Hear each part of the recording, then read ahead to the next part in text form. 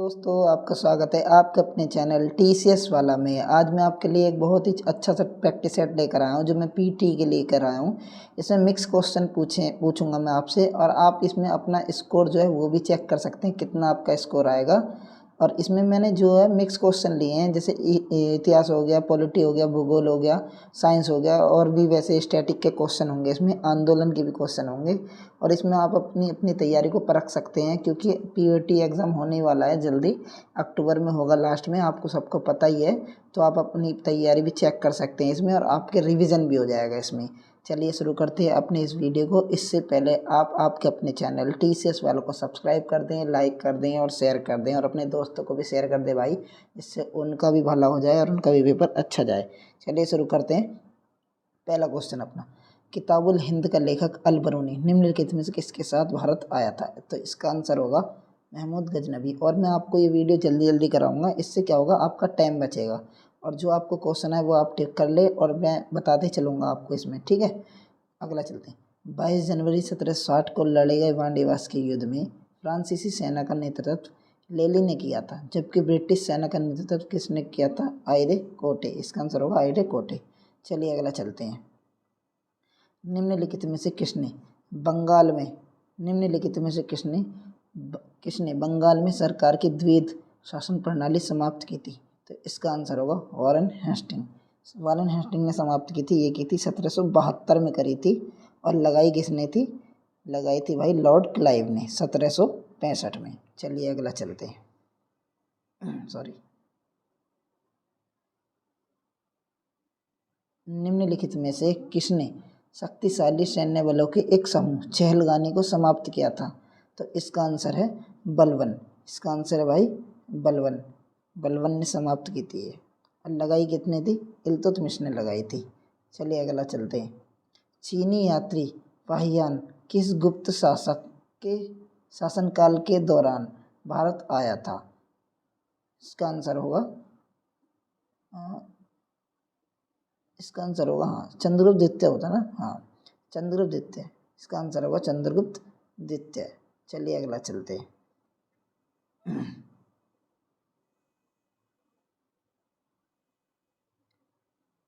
19वीं शताब्दी के मध्य में कूका आंदोलन कहाँ से शुरू हुआ था?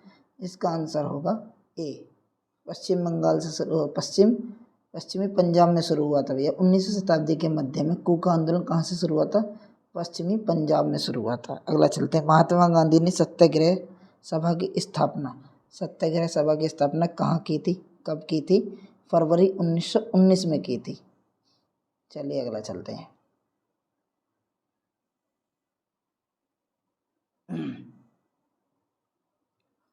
भारत में राजनीतिक सुधारों के लिए आंदोलन शुरू करने वाले पहले भारतीय नेता कौन थे? राजा राम मोहन राय। इसका आंसर होगा राजा राम मोहन राय। अगला पढ़ते हैं। वर्ष 1917 का सत्याग्रह महात्मा गांधी का पहला सत्याग्रह था, और भारतीय स्वतंत्रता आंदोलन में एक बड़ा विद्रोह था। तो इसका आंसर होगा डी, चंपारण। ठीक है। वर्ष 1917 का चंपारण सत्याग्रह महात्मा गांधी का पहला सत्याग्रह था, और भारतीय स्वतंत्रता आंदोलन में एक बड़ा विद्रोह था। महात्मा गांधी ने अर्थव्यवस्था की वकालत की। इसका आंसर होगा सी, विकेंद्रीकृत। अगला चलते हैं।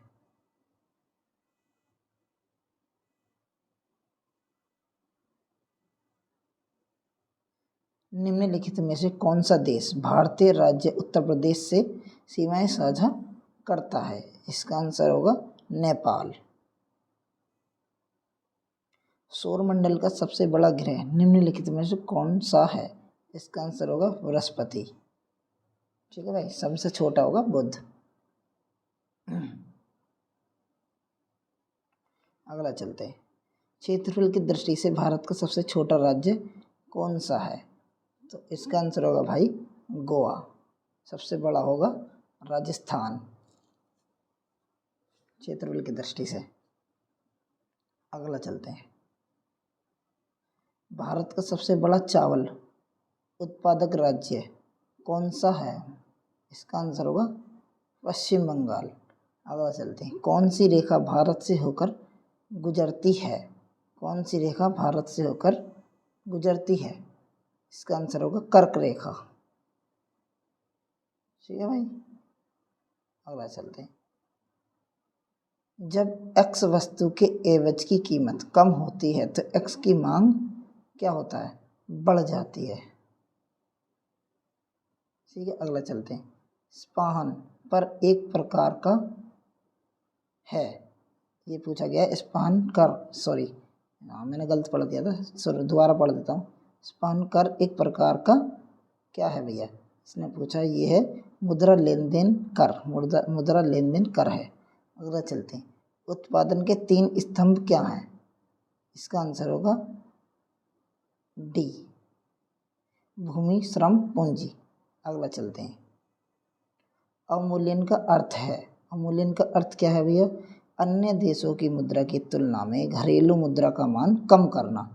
अवमूल्यन का अर्थ है अन्य देशों की मुद्रा की तुलना में घरेलू मुद्रा का मान कम करना, यानी कि जो हमारा रुपया उसकी वैल्यू कम हो जाएगी तो अवमूल्यन कहलाएगा वो।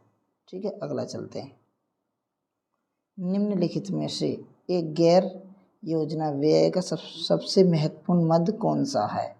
इसका आंसर होगा ए, ब्याज का भुगतान। निम्नलिखित में से एक गैर योजना व्यय का सबसे महत्वपूर्ण मद कौन सा है? ब्याज का भुगतान करना। अगला चलते हैं।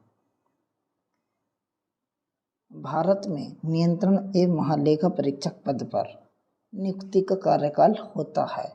इसका आंसर होगा सी, 6 वर्ष। अगला चलते हैं। केंद्रीय मंत्रिपरिषद सम्मिलित रूप से किसके प्रति उत्तरदायी होती है? इसका आंसर होगा सी, लोकसभा के। अगला चलते हैं। भारत सरकार के वित्तीय खातों से जुड़े भारत के नियंत्रण एवं महालेखा परीक्षक का प्रतिवेदन किसे प्रस्तुत किया जाता है? ठीक है भैया, चलिए इसका आंसर होगा राष्ट्रपति। भारत सरकार के वित्तीय खातों से जुड़े भारत के नियंत्रण एवं महालेखा परीक्षक का प्रतिवेदन किसे प्रस्तुत किया जाता है? राष्ट्रपति को। चलिए अगला चलते हैं। सरकारी बजट पेश करने की तारीख कौन तय करता है? सरकारी बजट पेश करने की तारीख तय कौन करता है? इसका आंसर होगा भैया राष्ट्रपति। अगला चलते हैं। संघ सूची और समवर्ती सूची के विषय पर कानून बनाती है। संघ सूची और समवर्ती सूची के विषय पर कानून बनाती है लोकसभा। ठीक है भैया, अगला चलते हैं। ये साइंस के क्वेश्चन है। घर्षण संपर्क में आने वाले 2 पृष्ठों के कारण होता है। घर्षण संपर्क में आने वाले 2 पृष्ठों के कारण होता है। क्या है इसका आंसर? ए, अनियमितता हो। जब अनियमितता आ जाती है ना 2 पृष्ठों में, तब घर्षण होता है। जैसे कोई चीज़ एक ही बिल्कुल बीच में दूरी बराबर है, वो बिल्कुल सही तरीके से चल रही है तो घर्षण नहीं होने। जब उनमें 2 अनियमितता आ जाएगी, इधर उधर हो जाएंगे, जब भी तो घर्षण होगा। ठीक है, अगला चलते हैं। तो इसका आंसर होगा ए। गैसोलीन किस पदार्थ का दूसरा नाम है?